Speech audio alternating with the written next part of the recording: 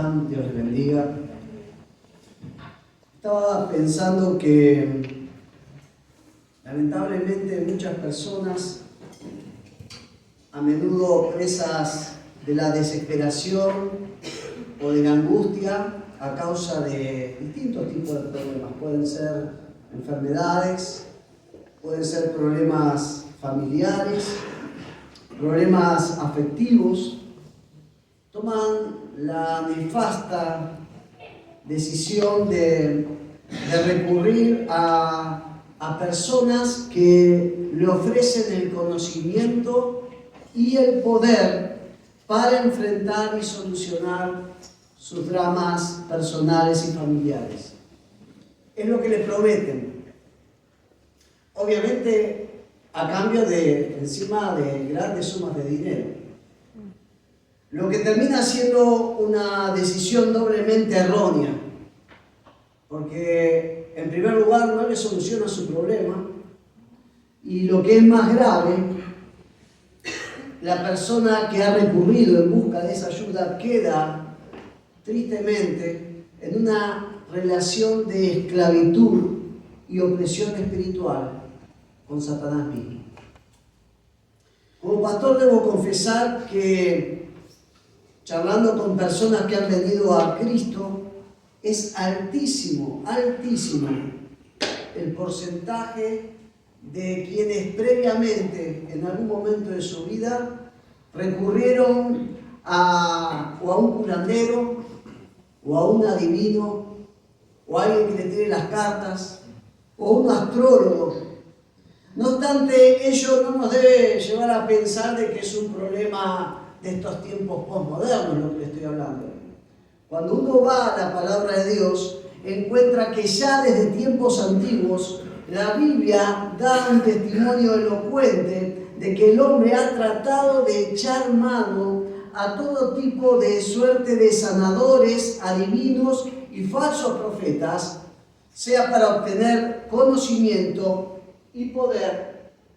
Gracias. Frente a determinados problemas o situaciones. Ustedes saben que el gran pecado del pueblo de Israel en el Antiguo Testamento fue la idolatría. Es el pecado por el cual Dios los va a desechar, es el pecado por el cual, desechar momentáneamente, ¿no?, va a permitir que salgan en cautiverio, pero a veces tomamos a la ligera el pecado de la idolatría y no examinamos en qué consistió, cuáles fueron esas implicancias.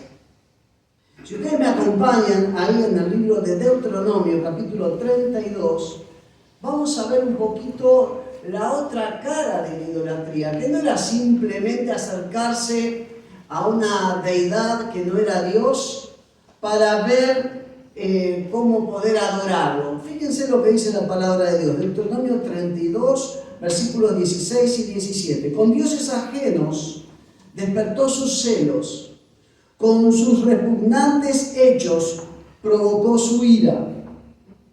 En vez de ofrecerle sacrificios a Dios, escuchen bien lo que dice, se los ofreció a los demonios, a dioses que nunca antes había conocido, a dioses nuevos venidos de cerca, a los que sus padres nunca adoraron.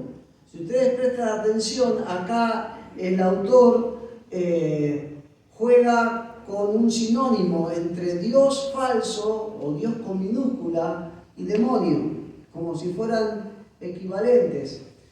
Vamos al Salmo 106, versículo 36 al 38, que dice así la palabra de Dios. Salmo 106, versículo 36 al 38. Y sirvieron a sus ídolos, los cuales fueron causa de su ruina. Ustedes saben que la palabra en el Antiguo Testamento para Dios falso también es ídolo.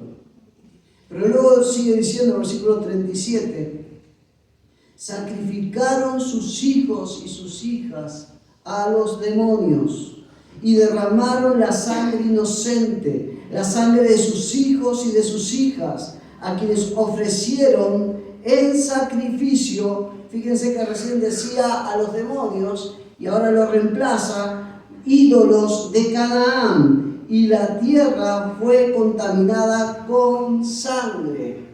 Por lo que podemos afirmar sin temor a equivocarnos, en primer lugar en esta mañana, es que la idolatría es la expresión en el Antiguo Testamento del ocultismo. Ustedes han visto cómo los autores, sea un salmista o sea Moisés, si es el que escribió Deuteronomio, juegan con estas suertes de sinónimos entre ídolos o falsos dioses y demonios. Y fíjense lo terrible de que hasta sacrificaron hijos e hijas a estos falsos dioses. Y por si nos quedaba duda al respecto, 1 Corintios 10, pasaje cercano al que leyó el pastor Gastón introduciéndose al momento de la Cena del Señor, dice 1 Corintios 10, versículos 19 y 20. ¿Qué quiero decir entonces? ¿Que lo sacrificado a los ídolos es algo o que un ídolo es algo? No. Sino que digo, escuche bien, que lo que los gentiles, o sea, los no judíos, sacrifican, lo sacrifican a los demonios y no a Dios. Y no quiero que ustedes sean partícipes con los demonios. Pablo vuelve a tomar la misma equivalencia del Antiguo Testamento y en vez de usar la palabra de falsos dioses, usa la palabra de demonios. Ahora bien, tal idolatría estaba caracterizada por ritos, por prácticas mágicas y adivinatorias. Miremos alguno de ellos, por ejemplo, dice Deuteronomio capítulo 18,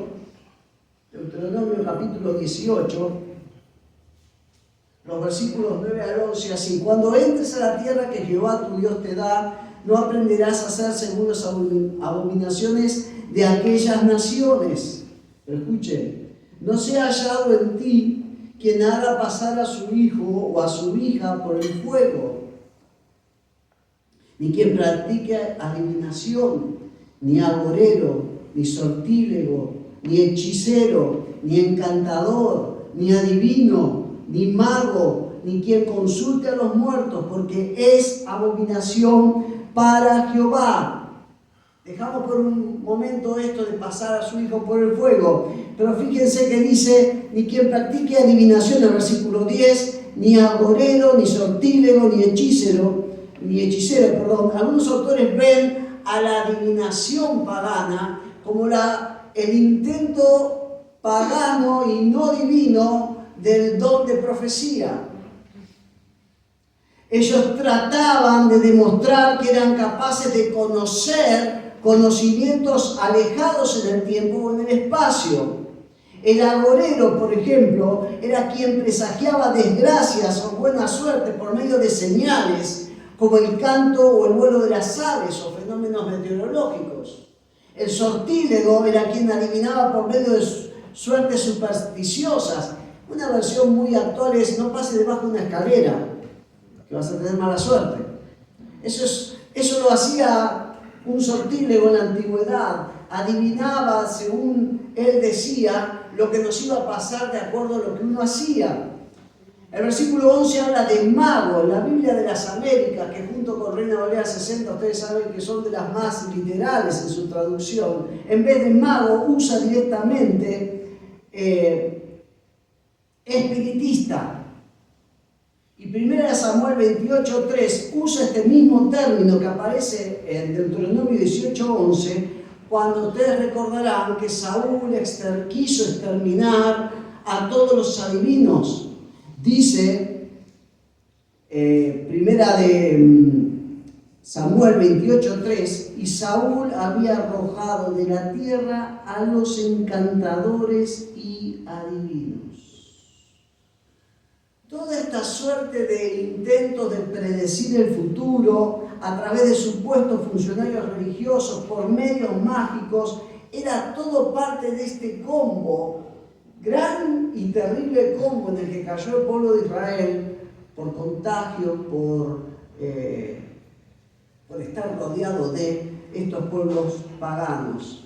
Quizás de lo más triste que hay de todo esto, y lo dejé justamente hacia el final, es lo que está al comienzo, cuando dice quien haga pasar a su hijo o a su hija por el fuego, que no se refiere a que simplemente lo paso cerca de la hornalla.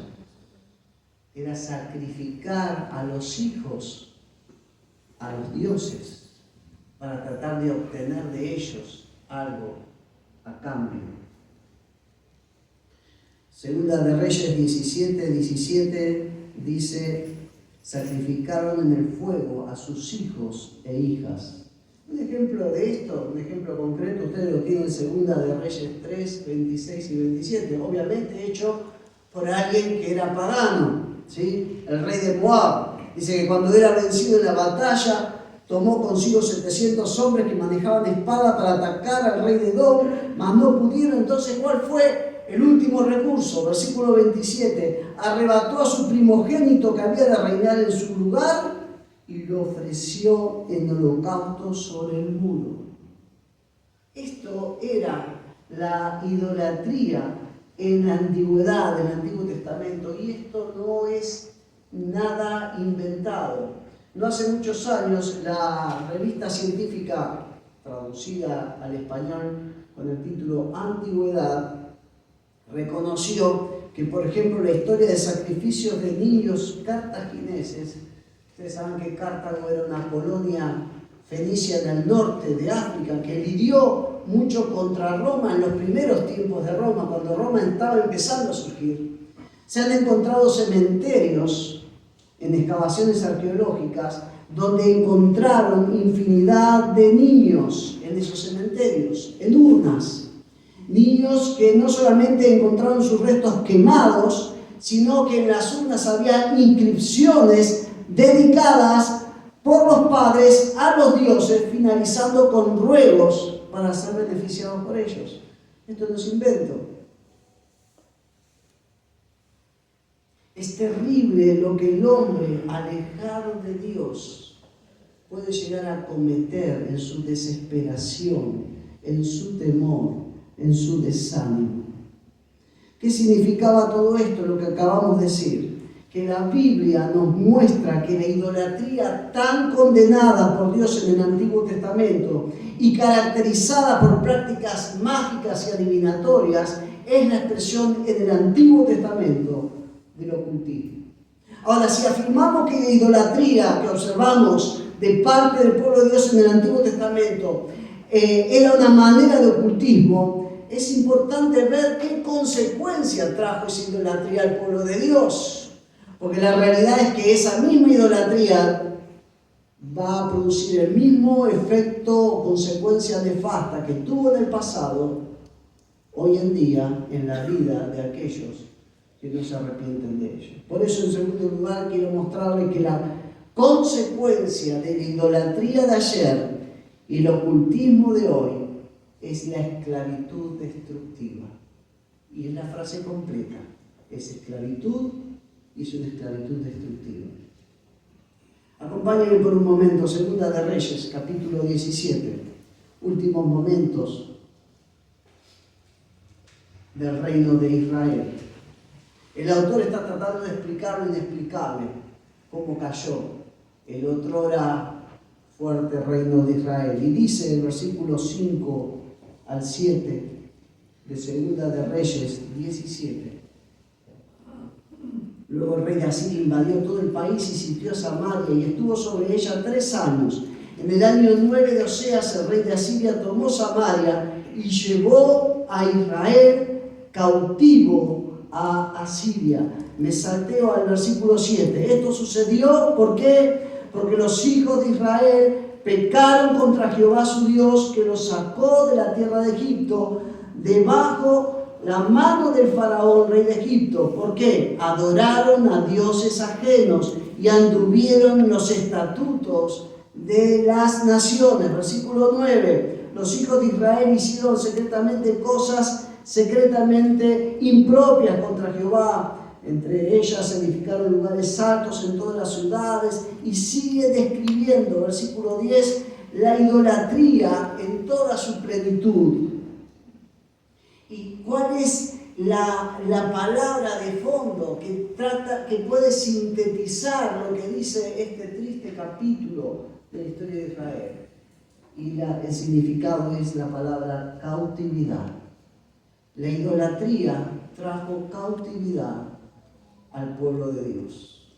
Y el ocultismo y el recurrir a buscar ayuda de alguien que no es Dios, también hoy en día sigue produciendo la misma consecuencia de esclavitud. Dice Colosenses capítulo 1, versículos 12 y 13. Y con gozo darán gracias al Padre, que nos ha capacitado para participar de la herencia que pertenece a los que viven, ¿dónde? En el reino de la luz. Y el 13, ¿qué dice? Él nos rescató del reino de las tinieblas y nos trasladó al reino de su amado Hijo. En este pasaje es muy claro una realidad espiritual que enfrenta a cualquier ser humano, y es a quién va a servir. No hay posición intermedia. No hay ser humano, tomando el término político, no alineado. La Biblia es muy clara en decirnos, o uno sirve a Dios o es esclavo de Satanás. O pertenece al reino de la luz o pertenece al reino de las tinieblas. No hay posición intermedia. El apóstol Juan lo dice muy clarito en su primer carta, capítulo 5, versículo 19. Sabemos que somos de Dios, pero ¿qué pasa con el mundo entero? Está bajo el maligno. Preste atención a la sutileza también detrás de este pasaje, porque una opción es pertenecer a, somos de Dios, pero la otra no es pertenecer, es estar bajo la opresión del maligno. Son dos cosas distintas.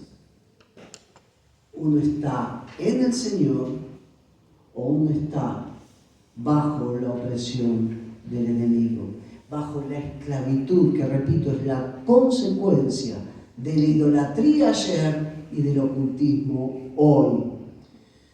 Cuando uno pone la lupa sobre los endemoniados a los que tuvo que enfrentar Jesús, dicho abro paréntesis, no sé si usted se preguntó alguna vez, pero casi no aparecen endemoniados en el Antiguo Testamento, y fuera del tiempo de Jesús son muy pocos los endemoniados que aparecen. ¿Por qué? Jesús se los encontró a todos, parece. Y lo que dicen los biblistas es que seguramente en el momento en que Dios estaba tratando de escribir el capítulo más importante de nuestra salvación, el enemigo lo que hizo fue poner toda la carne en el asador y mandar a todas las huestes que pudieran ser posibles para tratar de obstaculizar eso. Pero más allá de este detalle, cierro paréntesis, hay un rasgo que se repite en algunos de estos endemoniados. ¿Se acuerda ese muchacho que el padre le había traído a los apóstoles para ver si se lo podían sacar el espíritu? El rasgo que dice Marcos 9:22 es que el espíritu lo arroja en el fuego o en el agua para matarlo. Y el endemoniado gadareno, dice Marcos, pero el capítulo 5, versículo 5, que aparte de vagar de noche por los sepulcros y los montes, se hería a sí mismo con piedras afiladas. Porque lo que quiero que quede en claro, hermanos, es que la esclavitud a las tinieblas no es simplemente esclavitud, es esclavitud mortal, destructiva. Satanás no vino sino para hurtar, matar y destruir. Él no juega. Va a querer destruir tu vida terrenal, tu breve paso por esta tierra, y se va a encantar en arruinar tu eternidad si vos no te tomás de la mano de Dios. Por lo tanto, aquellos que dándose cuenta o no han buscado la ayuda del enemigo, sea que le tiraron las cartas para adivinarles el futuro, sea consultando un astrólogo, consultando el horóscopo, yendo a un curandero, o aún los jóvenes, lamentablemente, y esto lo digo también como profesor, se ha puesto de moda juegos de connotación espiritual en los colegios, en donde se invocan espíritus, y los espíritus responden. Y los chicos están encantados. Lo que no saben el trabajo que después da poder volver en el nombre del Señor a darles libertad en Cristo. Entonces, necesitamos de la libertad que solamente Cristo puede traer a esas ayudas, entre comillas, que más que ayudas nos esclavizan. Por eso quiero cerrar este tiempo hablando de cuáles son los pasos para poder ser libre de la esclavitud del enemigo. Y el primer paso, aunque suene muy obvio, es que vos o yo debemos tomar la decisión de querer ser libres en Jesús. Debemos querer serlo. No vamos a ser libres a la fuerza porque alguien que nos quiere mucho va a orar mucho. No, hay una decisión personal de la persona. La persona tiene que entender su esclavitud espiritual y tiene que pedir la ayuda de Dios. Jesús no liberta a la fuerza. Nunca lo hizo y nunca lo va a hacer. Él ofrece libertad. Juan 8, 31 y 32, repetimos, Jesús dijo a los judíos que habían creído en Él: si ustedes permanecen en mi palabra, serán verdaderamente mis discípulos, conocerán la verdad y la verdad os hará libres. Jesús ofrece la libertad, pero nosotros debemos tomar la decisión de querer esa libertad.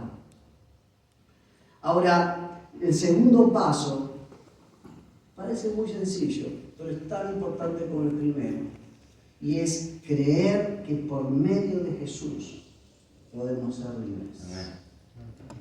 Cuando Jesús se presentó en aquella sinagoga, ¿se acuerdan de Nazaret? Citando al profeta Isaías en el capítulo 61, él empezó a decir: el Espíritu del Señor está sobre mí. Lo estaba diciendo. Estaba tomando las palabras de Isaías, pero le estaba diciendo: muchachos, esto está pasando. El Espíritu del Señor está sobre mí. Me ha ungido, me ha capacitado, me ha dado el poder para proclamar buenas noticias a los pobres. Me ha enviado a proclamar libertad a los cautivos, a dar vista a los ciegos, a poner en libertad a los oprimidos y a proclamar el año agradable del Señor. Hermanos, solo aquellos que creen en que Jesús puede libertar y se aferran en fe a Él, obtendrán libertad. Y quiero que les quede bien en claro esto que les voy a decir ahora. Siempre la fe es un elemento insustituible, irreemplazable. La fe es siempre un elemento insustituible, irreemplazable en todo paso hacia adelante que des en la vida cristiana. En todo avance que quieras lograr en tu vida espiritual, la fe es básico. Sin fe es imposible agradar a Dios. Tercer paso: someterse al señorío de Dios. Como dije hace unos domingos, acá sí el orden de los factores altera el producto. Dice Santiago 4:7: someteos pues a Dios, resistid al diablo y huirá de ustedes. Pero primero todo comienza no resistiendo al diablo, porque en mí no está el poder para resistir al diablo, está en el Dios Todopoderoso. Entonces necesito someterme al señorío de Dios para poder hacer frente al enemigo.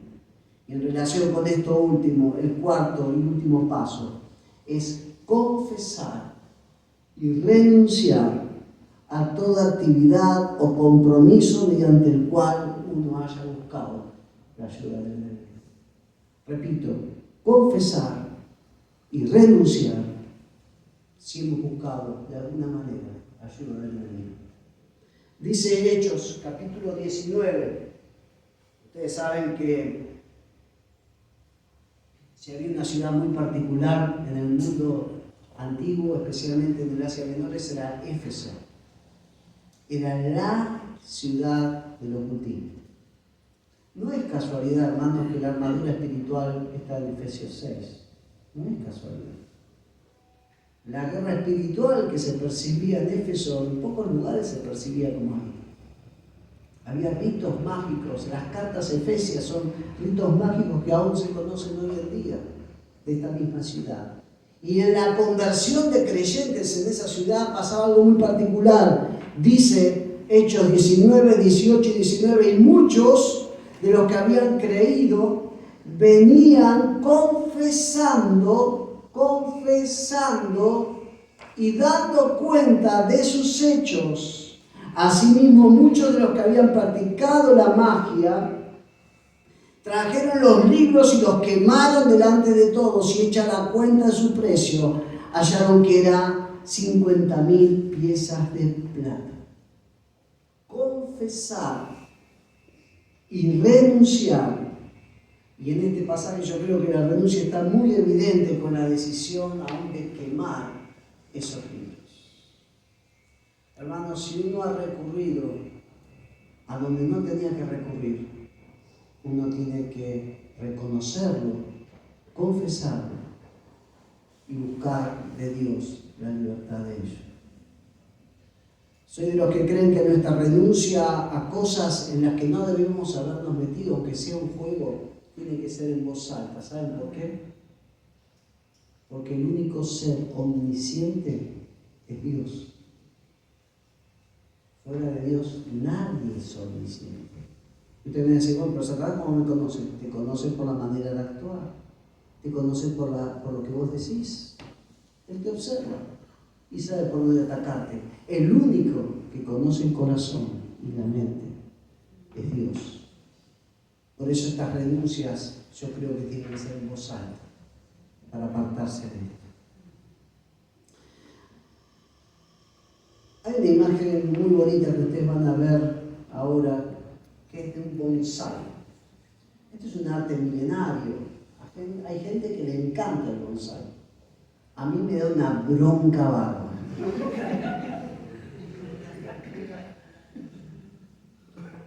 ¿Por qué me da bronca?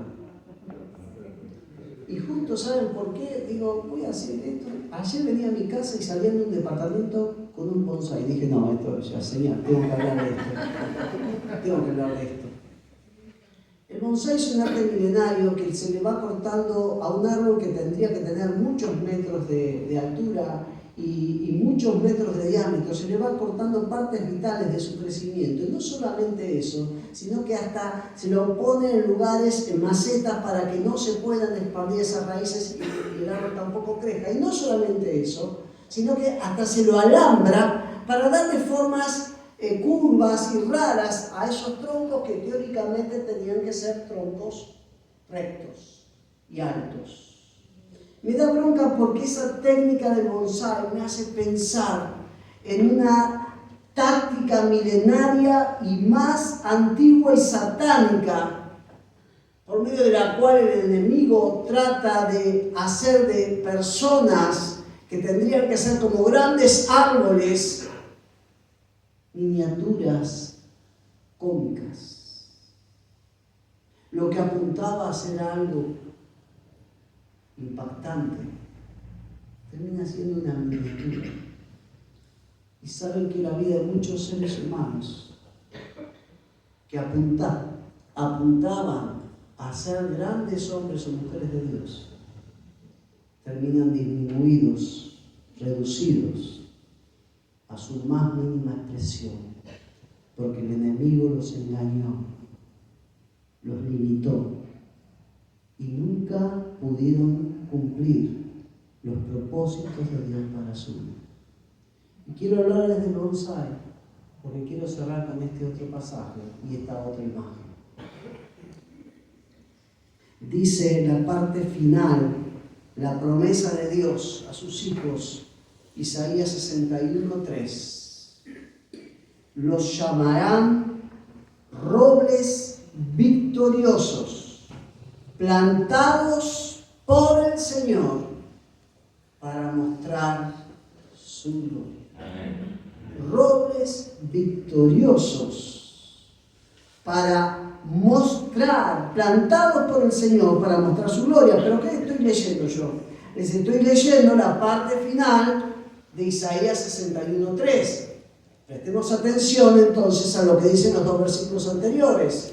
Y les va a sonar conocido. El Espíritu de Jehová, el Señor, está sobre mí, porque me ungió Jehová, me ha enviado a predicar buenas nuevas a los abatidos, a vendar a los quebrantados de corazón, a publicar libertad a los cautivos, a los presos apertura de cárcel, a proclamar el año de la buena voluntad de Jehová y el día de la venganza del Dios nuestro, a consolar a todos los enlutados, a ordenar que los afligidos de Sión se les dé gloria en lugar de ceniza, óleo de gozo en lugar de luto, manto de alegría en lugar del espíritu quebrantado, angustiado. Y ahí viene, entonces los llamarán robles victoriosos plantados por Dios.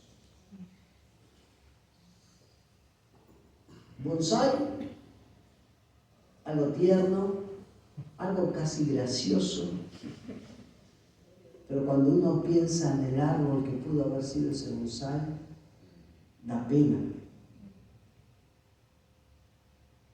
O roble, sinónimo de estabilidad, de permanencia, de abundancia. El propósito de roble es de parte de Dios. El de bonsai va a seguir siendo siempre el del enemigo para tu vida, para tu matrimonio, para tu familia. Yo te invito a inclinar tu cabeza, vamos a hablar con Dios. El Espíritu del Señor está sobre mí, dijo Jesús, y Él me ha capacitado para anunciar libertad. El Señor hoy te está anunciando libertad, te está anunciando apertura de cárcel, pero está en vos tomar la decisión de salir. Está en vos la decisión de reconocer que no sos libre.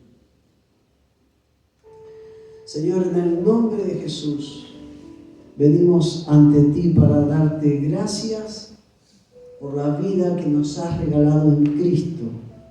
Gracias por una salvación tan grande, porque no solamente nos libras del infierno eterno, sino que nos otorgas una vida con sentido, con trascendencia eterna en nuestro breve paso por este mundo. Señor, queremos rechazar de nuestra vida la intención del enemigo de querer esclavizarnos y reducirnos a una caricatura de lo que tú en realidad planeaste para nuestras vidas. Queremos rechazar esa esclavitud mortal, penosa, y abrazar la libertad que Dios nos da en Cristo. Y mientras estamos todos con nuestra cabeza inclinada en señal de reverencia, porque estamos hablando nada más ni nada menos que con Dios, con el único Dios verdadero, y con nuestros ojos cerrados para no distraernos de este tiempo tan trascendental para nuestras vidas.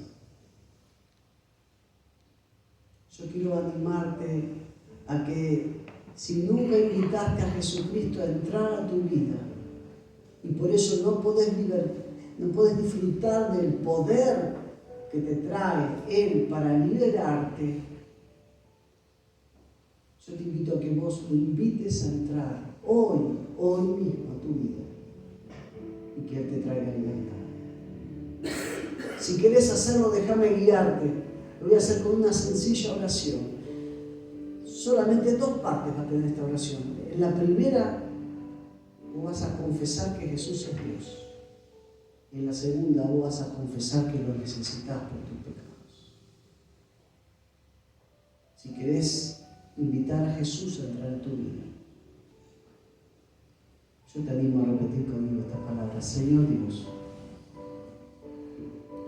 confieso con mi boca y creo en mi corazón que Jesús es Dios, y lo invito a entrar a mi vida para ser mi Señor. Perdona mis pecados, límpiame y tráeme libertad en el nombre de Jesús. Si alguna persona, yo los invito a seguir orando al Señor, intercediendo y aún, ¿por qué no?, mirando hacia adentro de uno mismo,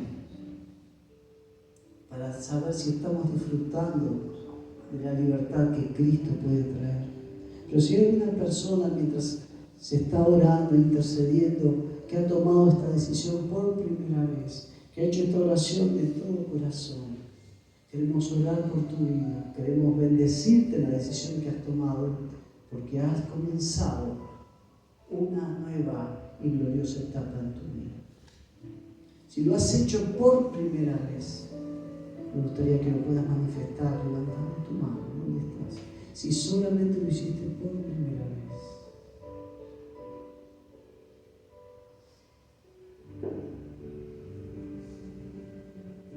Y esta es una invitación a los que ya son del Señor.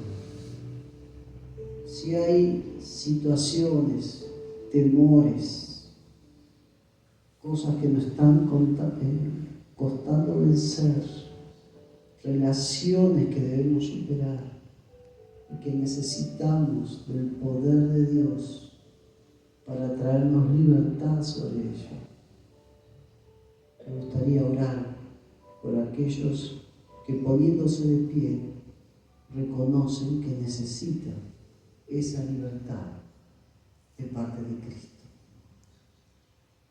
Es para aquellos que ya son del Señor, pero que anhelan libertad de parte del Señor, en el aspecto que el Señor sabe que te va a mover a ponerte de pie. Puede ser un sentimiento, puede ser una emoción, puede ser una relación, puede ser algo que te está costando superar, pero en Jesús está el poder.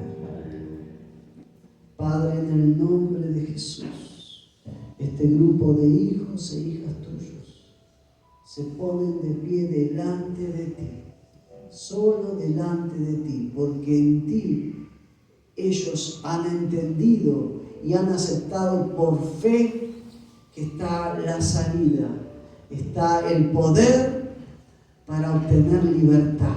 Señor, tráeles libertad en esta hora sobre sus vidas.